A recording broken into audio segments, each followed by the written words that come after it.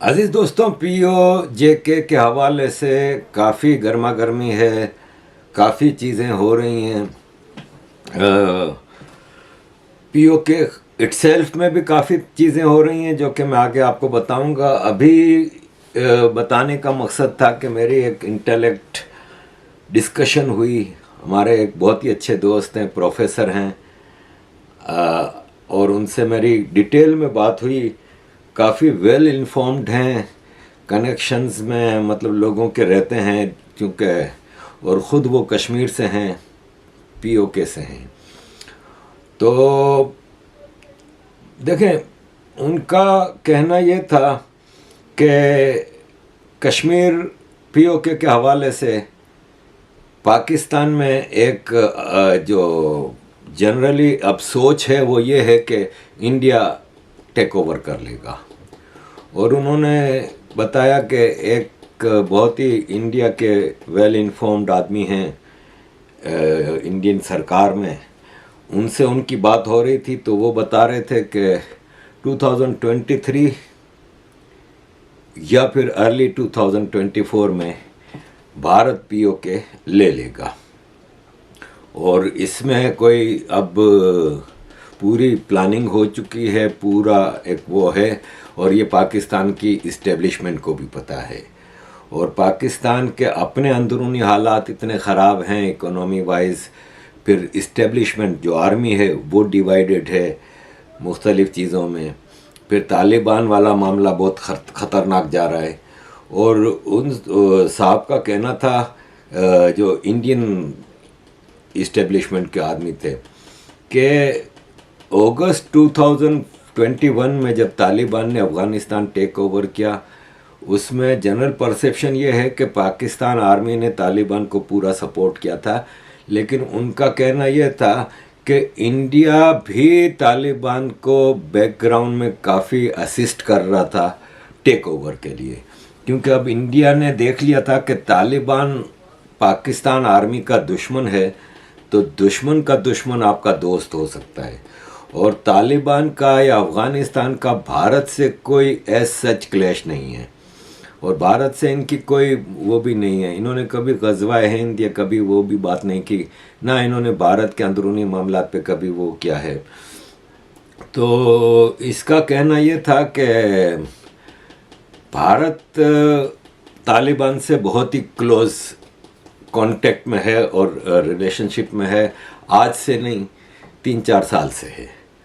और तो मैंने उनसे सवाल किया, मैंने कहा कि फिर ये अफ़गानिस्तान की सरकार ने अभी जो नक्शा इशू किया है, तो उसमें तो इन्होंने कश्मीर को अफ़गानी कश्मीर बताया है, और खाली जो भारत के पास कश्मीर है उसको हिंदू कश्मीर बताया है, बाकी इसमें तो अफ़गानी कश्मीर बताया है।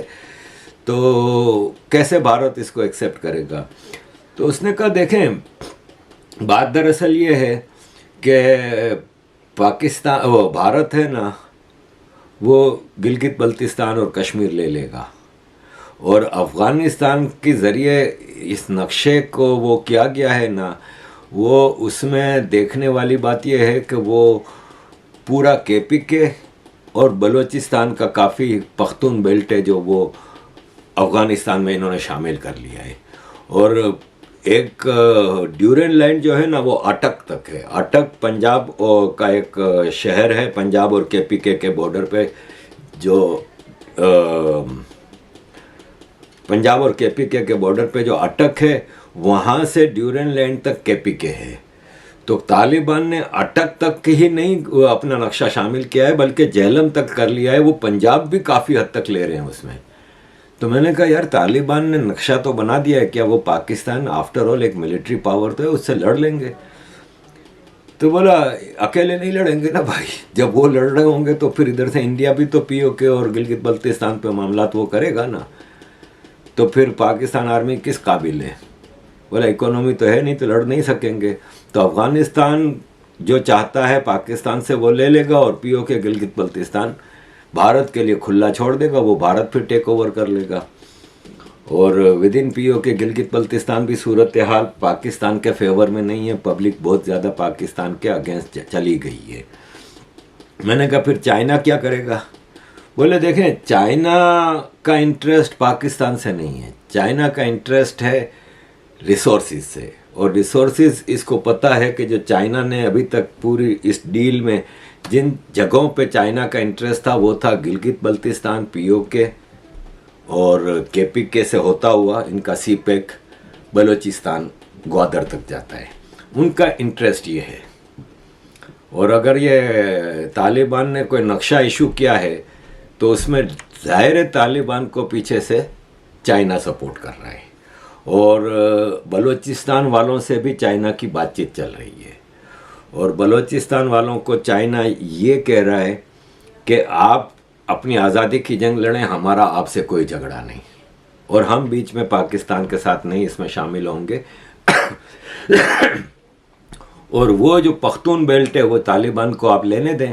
तो चाइना तालिबान के साथ कनेक्शन में है, और चाइना को अब इससे कोई इंटरेस्ट नहीं कि पाकिस्तान रहता है कि ख़त्म होता है, उनका इंटरेस्ट उस इलाके से है। तो मैंने कहा अगर गिलगित बल्तिस्तान और के पीओके भारत ले लेता है तो फिर चाइना, तो बोले देखें आपने शायद सुना नहीं हो, लेकिन अंदर खाने कई मीटिंग हो चुकी हैं चाइनीज़ और भारत के बैकडोर डिप्लोमेसी में, और उसमें ये चीज़ें डिस्कस हुई हैं। आउटकम क्या हुआ है वो मुझे भी नहीं पता, उन्होंने कहा कि मुझे भी नहीं पता कि उसका आउटकम क्या है, लेकिन चाइना भारत से ये श्योरिटी लेना चाह रहा है कि अगर गिलगित बल्तिस्तान और पीओके भारत ले लेता है तो उसमें जो चाइना का सीपेक है उसको लेजिटिमेसी देगा भारत, और उसको एक्सेप्ट करेगा, और हमारे वो सीपेक को नहीं छेड़ा जाएगा, और हमारे जो एग्रीमेंट पाकिस्तान के साथ गिलगित बल्तिस्तान और पीओके के हवाले से हैं उसको भारत ऑनर करेगा। तो बोला इस पर कई बार डिस्कशन इनकी हो रही है, अभी भी होगी, और अभी तक उसमें फाइनल कुछ हुआ नहीं है, लेकिन नज़र ये आ रहा है कि भारत एक्सेप्ट कर लेगा कि चाइना का जो वहाँ पे वो इंटरेस्ट है वो कायम रहे। वैसे ही भारत की चाइना से इतनी बड़ी ट्रेड डील भी चल रही है, और अगर इस तरह से भारत एक्चुअली चाह रहा है कि ठीक है हम आपके जो पीओके और गिलगित बल्तिस्तान में सीपेक को हम लेजिटिमेसी देते हैं, आप गलवान और लद्दाख और उस इलाके पे जो अपना क्लेम कर रहे हैं आप उसको ख़त्म करें और बॉर्डर डिस्प्यूट ख़त्म करें, ताकि हमारे दरमियान दोनों इकोनॉमिक जाइंट बनते जा रहे हैं तो हम आपस में लड़ें नहीं। तो बोला ये ठीक है अभी टाइम लगेगा, लेकिन बोले ये भारत और चाइना के दरमियान एक बहुत ही ज़बरदस्त किस्म की एक अंडरस्टैंडिंग डेवलप हो रही है। अमेरिका ज़ाहिर है नहीं चाहता कि ये चीज़ हो, तो इसलिए अमेरिका उसमें तेल डालता रहता है कि भड़काता रहता है चाइना और इंडिया को, और जिसके लिए अभी चाइना ने भी एक वार्निंग इशू की थी अमेरिका को कि हमारे भारत के साथ जो मामलात हैं इसमें तुम बीच में मामा नहीं बनो भाई, बीच में आने की कोई ज़रूरत नहीं है, ये हमारा और भारत का मसला है और हम इसको टैकल कर लेंगे। और जयशंकर जी ने भी, भारत के जो एक्सटर्नल अफेयर्स के मिनिस्टर हैं, उन्होंने भी ये क्लियर अल्फाज में कई बार बता चुके हैं कि चाइना के साथ हमारी कई जगहों पे डिस्कशंस जारी हैं, कई लेवल पे चीज़ें जारी हैं, हमारे डिफ़िकल्ट रिलेशनशिप हैं लेकिन डिस्कशन चल रही हैं। तो इस हवाले से अगर देखा जाए ना, तो उन इंडियन इस्टेब्लिशमेंट के साहब का ये कहना था कि ये तो डेफिनेट है कि 2024 के इलेक्शन से पहले मोदी जी पीओके गिलगित बल्तिस्तान वापस ले लेंगे। मैंने कहा फिर अमेरिका होने देगा?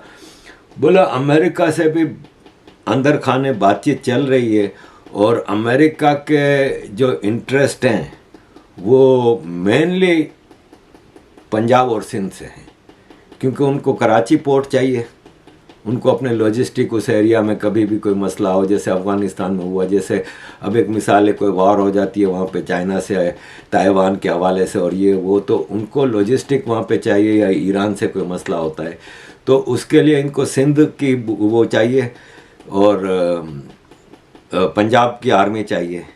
तो अमेरिका भी शायद इंटरफियर ना करे। तो मैंने कहा आप नहीं समझते कि फिर Pakistan as a last resort जब जंग हार रहा होगा तो न्यूक्लियर वेपन इस्तेमाल करेगा? तो उन्होंने बहुत ज़ोर से हंसे वो, और उन्होंने कहा यार कौन सा न्यूक्लियर वेपन, पाकिस्तान का न्यूक्लियर वेपन पाकिस्तान के कंट्रोल में कब है?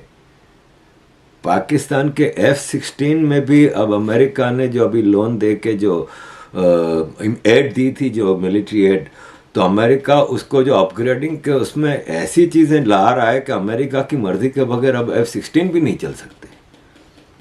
और पाकिस्तान की मिलिट्री में इस हद तक अमेरिका इन्वॉल्व है, इन्फिल्ट्रेशन है अमेरिकन, कि आधे से ज़्यादा आर्मी एजेंट तो आर्मी ऑफिसर्स तो अमेरिका के डिक्टेशन पे चीज़ें चलाते हैं। वो एक एक चीज़ अमेरिकन अथॉरिटीज से डिस्कस करके चलाते हैं। तो कौन सा न्यूक्लियर वेपन चलेगा? कुछ भी नहीं चलेगा, ऐसा कुछ भी नहीं है।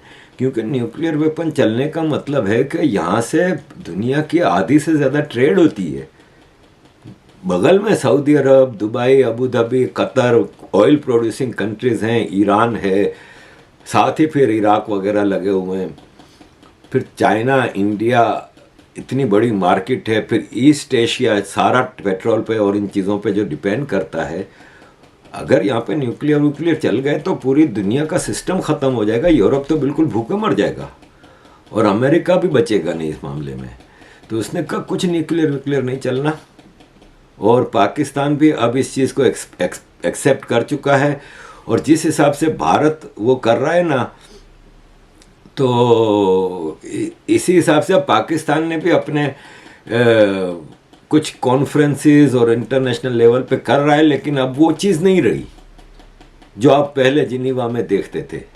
मैंने कहा कि मुझे तो अभी भी वही लग रहा है। बोला नहीं, अभी पाकिस्तान ने इनडायरेक्टली भारत को भी ये मैसेज दिया है कि ठीक है, कुछ लो दो कर लेते हैं, और अब हमारे पास भी इतना पैसा नहीं कि हम मिलियंस ऑफ डॉलर खाली इस इंटरनेशनल लॉबिंग पे लगाएं। हमारा अब इतना हम अफोर्ड नहीं कर सकते, तो let's solve things on table, कुछ दो और कुछ लो के ऊपर। तो ऐसे में यह है कि भारत भी पूरा अपना हिसाब किताब लेके चल रहा है। ये नज़र आ रहा है कि कश्मीर इशू इंडिया के नेक्स्ट इलेक्शन से पहले सॉल्व हो जाएगा, और मैं समझता हूँ कि भारत इसमें इंटरेस्टेड है कि पाकिस्तान इशू भी सॉल्व हो जाए। आप ये देखें लेटेस्ट डेवलपमेंट कि जैसे ही फैज़ हमीद रिज़ाइन करता है, टीटीपी पाकिस्तान से सीज़ फायर ख़त्म करता है। इसके अगले दिन अफ़गानिस्तान नक्शा इशू करता है, जिसमें आधे से ज़्यादा पाकिस्तान वो खा जाता है। और फिर फ़ौरन पाकिस्तान की ministry of foreign affairs, state minister of foreign affairs Hina Rabbani खर काबुल जाती हैं, और उन्होंने तालिबान से शिकवे किए, गिले किए कि ये सब क्या है। तो तालिबान ने कहा कि जहाँ तक टीटीपी का ताल्लुक़ है ना, तो वो अफ़गान नहीं है, इट इज़ तहरीक तालिबान पाकिस्तान, उसमें पाकिस्तानी पख्तून हैं। आप उसका हमसे शिकवा ना करें, वो आपकी ज़मीन से ऑपरेट करते हैं। हिना रब्बानी खर ने और उनके साथ जो ISI के लोग थे, उन्होंने कहा कि नहीं, लेकिन वो बेस तो उनका अफ़गानिस्तान है। तो बोला नहीं, बेस अफ़गानिस्तान नहीं है, अफ़गानिस्तान की जेलों में थे जो अशरफ गनी ने वो किए थे। क्योंकि जब पाकिस्तान का ऑपरेशन होता था तो ये बॉर्डर क्रॉस करके अफ़गानिस्तान, ड्यूरेंट लाइन क्रॉस करके अफ़गानिस्तान आ जाते थे। तो अशरफ गनी ने इनमें से काफ़ियों को जेल में डाला हुआ था, वो हमने छोड़ दिए, वो वापस चले गए पाकिस्तान। वो इस वक्त फाटा, वज़ीरिस्तान और स्वात, इन इलाकों से ऑपरेट कर रहे हैं। आपका काम है उनको रोकें, हमारा उसमें कोई वो नहीं है। जहाँ तक नक्शे का ताल्लुक है, तो तालिबान ने ठोक बजा के कह दिया हिना रब्बानी खर और ISI वालों को कि हमने आज तक कभी भी ड्यूरेंट लाइन को एक्सेप्ट किया ही नहीं। ड्यूरेंट लाइन तो आज से 150 साल पहले अफ़गानिस्तान के बादशाह और अंग्रेज़ के दरमियान का एक एग्रीमेंट था कि यहाँ हम ड्यूरेंट लाइन खींचते हैं, ये बॉर्डर नहीं है, बस हम अपने डिस्प्यूट ख़त्म करते हैं। अब अंग्रेज़ फ़ौज अफ़गानिस्तान की तरफ नहीं बढ़ेगी और आप भी इस तरफ ना आए, और हम इसको एज इट इज़ छोड़ देते हैं। ब्रिटिश इंडिया अंग्रेज़ का मुल्क नहीं था, अंग्रेज़ ने उसको अपने बॉर्डर में शामिल नहीं कहते थे, अंग्रेज़ ने कब्ज़ा किया हुआ था, इट वॉज ए कॉलोनी, और उसके बॉर्डर्स डिफाइंड नहीं थे। जब अंग्रेज़ यहाँ से 1947 में किया तो उसने एज इट इज़ तो ब्रिटिश इंडिया छोड़ के नहीं किया ना, कितनी तब्दीलियाँ आई। बर्मा को अलग कंट्री बनाया, सिलोन को अलग कंट्री बनाया, नेपाल भूटान को अलग कंट्रीज बनाया, पाकिस्तान ईस्ट, इंडिया के ईस्ट में भी बनाया और इंडिया के वेस्ट में भी पाकिस्तान बनाया। तो तालिबान का कहना यह था कि वो अंग्रेज का जो डीकोलोनाइजेशन था उसमें ये हिस्सा अंग्रेज पाकिस्तान के पास छोड़ गए जो कि अफगानिस्तान का है। जैसे कि कश्मीर भारत का है और वो आपके कंट्रोल में आ गया, ये सब अंग्रेज की चीज़ है, हम उसको एक्सेप्ट नहीं करते। हम आज भी कहते हैं कि ड्यूरेंट लाइन हम नहीं एक्सेप्ट करते और पाकिस्तान के भी पख्तून इसको एक्सेप्ट नहीं करते। तो ये सारी बातचीत हुई मेरी, तो मैंने कहा कि आपके सामने रखूं कि पीओजेके के हवाले से काफ़ी चीज़ें डेवलप हो रही हैं और ये ऐसे ही चीज़ें नहीं है हवा में, बैकग्राउंड में America, India China, India Afghanistan, Pakistan Afghanistan, Baloch और चाइनीज़, अमेरिका पाकिस्तान, ये सब बैकग्राउंड में खिचड़ी पक रही है। और जो हायरार्की है उनकी थिंक टैंक्स लगे हुए हैं जो इन सब मुल्कों की इस्टेब्लिशमेंट, और पीछे से चीज़ें हो रही हैं। ये बात तय है कि भारत के अगले इलेक्शन 2024 से पहले इस रीजन में काफ़ी जियोग्राफिकल चेंजेस आनी हैं। थिंग्स लुक, ऐसा लगता है कि नहीं यार ये सब हवा में बातें हैं, लेकिन ऐसा है नहीं, अब हवा में बातें नहीं है। अब एशिया में कुछ चेंजेस आनी है। दुनिया को पता है कि दो बड़ी सुपर पावर्स एमर्ज हो रही हैं, इंडिया और चाइना, और इनको एक अरसे तक लड़ा कर रखा गया है। और मैं समझता हूँ कि चाइना, इंडिया ने तो कभी चाइना के साथ लड़ने की वो नहीं की, पहल नहीं की, लेकिन चाइना हमेशा बदमाशी करता रहा है। अब चाइना को समझ में आ गया है कि पूरे सिनारियों में हमारे लिए इंडिया से दोस्ती हमारी सस्टेन करने की गारंटी है। तो हम इंडिया से पंगा ना लें, और अगर इंडिया से हम बना के रखें तो हमारे लिए भी बेहतर होगा। और जो मसले हैं, बॉर्डर डिस्प्यूट्स हैं, उसको हम बैठ के सॉल्व कर लें। उसमें कुछ लो दो करना ही पड़ता है और उसमें जाहिर है हर चीज़ भारत के लिए विन विन नहीं हो सकती।